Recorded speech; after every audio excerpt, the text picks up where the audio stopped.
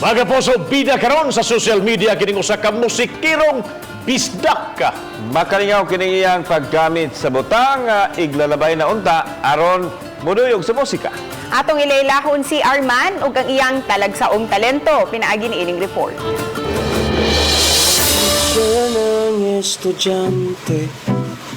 Dili lang kutob sa pagtugtog og instrumento ang kaya sa usa ka musikero tungod kay hasta ang iyang creativity masukod usab.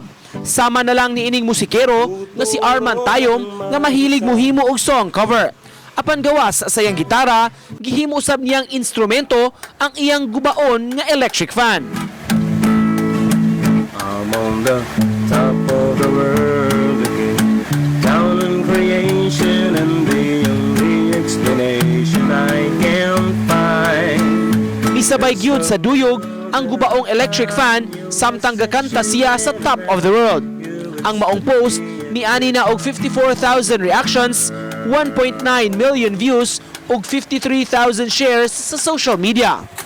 Human niini nakakapuna si Arman nga mohimo og duga nga mga song cover uban ang iyang gubaon nga electric fan. May nagsisigawan nung aking tingnan, manok na pula, mukhang matapang. Nico Sireno, Balitong Bisdak.